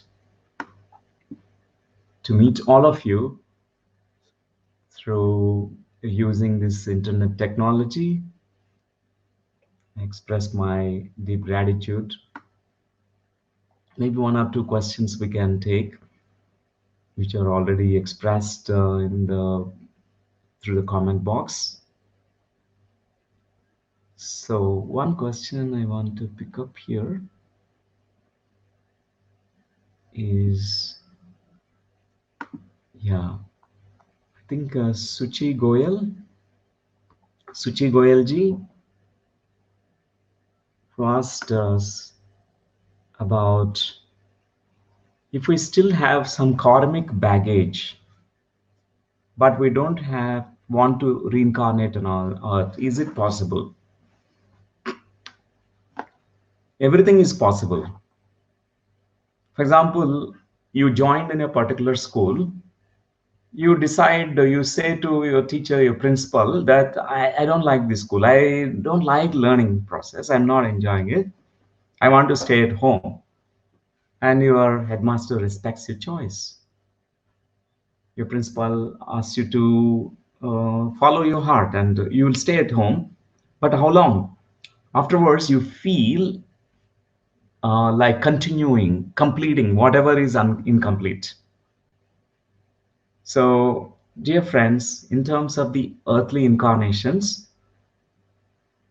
the karmic baggage is nothing but karmic lessons, lessons to be learned. The baggage will be minimized through learning process. Many have these misconceptions that, oh, I need to take 100 incarnations, 100 lifetimes to lessen this karmic baggage. It's not so. Just if you acquire the wisdom of the soul, if you awaken your own consciousness, it's just one blow, the sword which cuts through all these karmic strings. But know that it is possible, and you may stay for some time and maybe thousands of years, but many choose to come back again to complete that. In any incompletion, it's like a backlogs. Nobody wants to have backlogs in their life. They want to complete it. Thank you, Suchi Goyalji. And one more I want to share here. Parul Gupta. Sir, we also want to experience. Can we have practical sessions with you? Okay, I already conducted this session for you. This is the practical session, which you can attempt again to about witnessing yourself from outside the body, um, into deep meditation, going into deep meditation practice. That's really very good. Vijayashri Kondaveti, she's asking a question here. Can you explain more about causal body experiences, causal world experiences? Know that in our seven bodies, causal body is a higher vibratory body beyond the astral body. So in that causal body, people have much more access to the higher dimensions which are existing